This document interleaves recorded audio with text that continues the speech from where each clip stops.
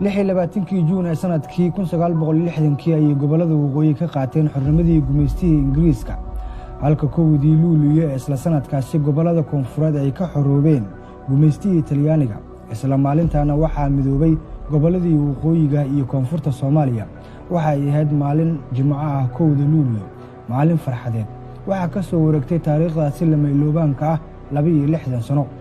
hase yeeshee kowda Luulyo ayaa ah taariikh sanad walba mar la xuso balse maalinta Jimcaha oo ah maalinta nasashada islaamka oo ay taariikhdu dhalatay ayaanan soo laaban tiro ka badan 10 jeer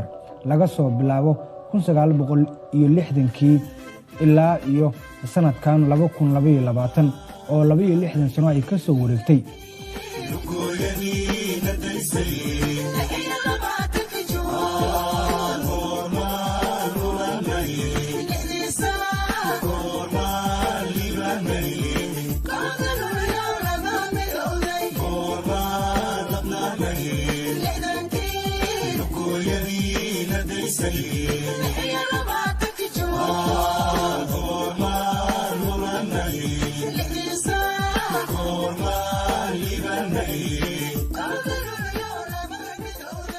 haddaba imise maalin ayay ku soo beegmatay munaasabadda kowda Luulyo maalinta Jimcaha oo ah maalintii ugu horeysay ee la xuso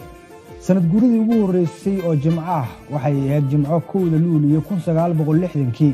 waxay ahayd maalin Jimco ah waxay ahayd maalin cid walba ay faraxday waxay ahayd maalin ku weyn qulubta ummadda Soomaaliyeed xilligaasi wixii ka dambeeyay iskuma soo beegmin maalin Jimco ah iyo munaasabadda kowda Luulyo ilaa iyo laga gaaro 1966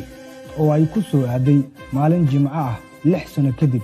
waxaana ay ahayd markii labaad oo la xuso kowda Luulyo maalin Jimco ah sanadkii ugu dambeeyay madaxweyne Aadan Cabdulle Cusmaan Aadan Cadde ayayna sagootin u ahayd madaxweynihii ugu horeeyay ee Soomaaliya oo xukunka ku wareejiyay sidoo kale si nabdoon sanad guridii saddexaad oo Jimco ay ku soo beegmato waxay ahayd sanad kale oo cajiib ah waxa uu ahaa sanadkii 1977 xilligaasi oo Soomaaliya guul ay ka gaartay dagaalkii ay la gashay Itoobiya waxaana uu ahaa sanadkii ugu horeeyay oo maalinta Jimcaha iyo sanad guurida kowda Luulyo ay isku soo beegmaan markii uu kacaanka dalka la wareegay waxaana sidoo kale ay ahayd tii ugu horeysay oo Jimco la xuso tan iyo 1966 kolkaas oo ay ka soo wareegtay 11 sano sanad guuridii afraad oo kowda Luulyo ay ku soo aado maalin Jimco ah waxay ahayd 1983 6 sano kadib ayay isku soo beegmeen mar kale waxaana sanadkaasi uu ahaa kii labaad oo ay isku soo beegmaan intii ay talinaysay dawladdii kacaanka 1988 ayay ahayd sanad guuridii shanaad oo mar kale ay isku soo beegmaan kowda Luulyo iyo maalin Jimco ah waxay ahayd 5 sano kadib waxaana ay ahayd sanadkii ugu dambeeyay oo dawladdii kacaanka ay xusto maalin Jimco ah kowda Luulyo dawladdii kacaanka ayaa nasiib u heshay in 3 jeer ay xusaan kowda Luulyo iyo maalinta Jimcaha oo isku soo beegmay 20 sanad guuro oo ay dhigeen 1994 ay ahayd markii lixaad oo la xuso munaasabadda kowda Luulyo maalin Jimco ah 6 sano kadib ayay isku soo beegmeen sanadkii 1994 ayaa lagu xusuustaa in ciidamadii Mareykanka ay joogay Soomaaliya ay isaga baxeen waxaana uu ahaa sanad lagu xusuusan doono in Soomaaliya uu ka dagay culays badan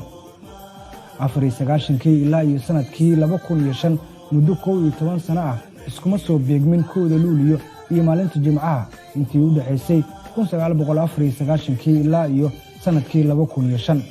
markii toddobaad ayna ahayd oo isku soo beegmaan maalinta iyo munaasabadda kowda Luulyo waxaa madaxweyne xilligaasi dalka ka ahaa Allah u naxariistay madaxweyne Cabdullaahi Yuusuf Axmed 7 sano oo aysan isku soo aadin waqti dheer kadib waxay mar kale isku soo beegmeen sanadkii 2011 waxaana ay ahayd munaasabadii sideedaad oo ku soo aada maalin Jimco ah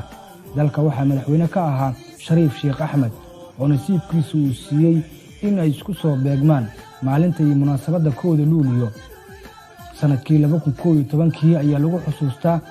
dawladdii uu hogaaminayay madaxweyne Shariif Sheekh Axmed in dagaal ay la galeen kooxda ururka argagixisada ee Al-Shabaab taasi oo dalka inta badan ay ka safeeyeen munaasabadii sagaalaad ee dhacda maalin Jimco ah waxay ahayd sanadkii 2016 xilligaasi oo dalka ay ka jirtay dowladdii ugu horreysay ee si xor ah loogu doorto dalka gudihiisa. waxaa hogaaminayey madaxweyne xasan sheekh maxamuud oo hadda dalka maamula. waxa ay ahayd markii ugu horreysay ay isku soo beegmaan munaasabadda iyo maalinta jimcaha ee 1 Luulyo 5 sano kadib. ugu dambayn markii 10aad waxaa nasiibka uu siiyey madaxweynihii 10aad ee Soomaaliya xasan sheekh maxamuud sanadkan 2022.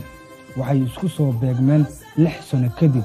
xasan sheekh maxamuud waxaa sidaas uu ku yahay madaxweynihii ugu horreeyay ee si xor ah loo doorto oo sidoo kale 2 jeer nasiibkiisa uu siiyey inay isku soo beegmaan maalinta jimcaha iyo munaasabadda 1 Luulyo. sidoo kale waa madaxweynihii ugu horreeyay ee dib loo doorta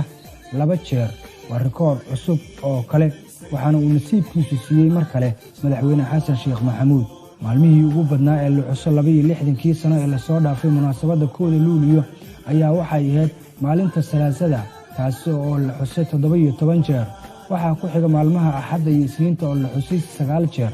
halka min 8 jeer la xusay maalmaha Sabtida iyo Arbacada. maalinta Khamiista oo inta badan aysan isku soo beegmin munaasabadda 1 Luulyo ayaa la xusay mar qura, waxaana uu ahaa sanadkii 1965 xilligaasi oo ay ka soo wareegtay maalinta xornimada 5 sano kadib. maalintii jimcaha oo ahayd maalintii ugu horreysay ee la xuso ayaa ku beegmatay 10 munaasabadood oo keliya 1 Luulyo.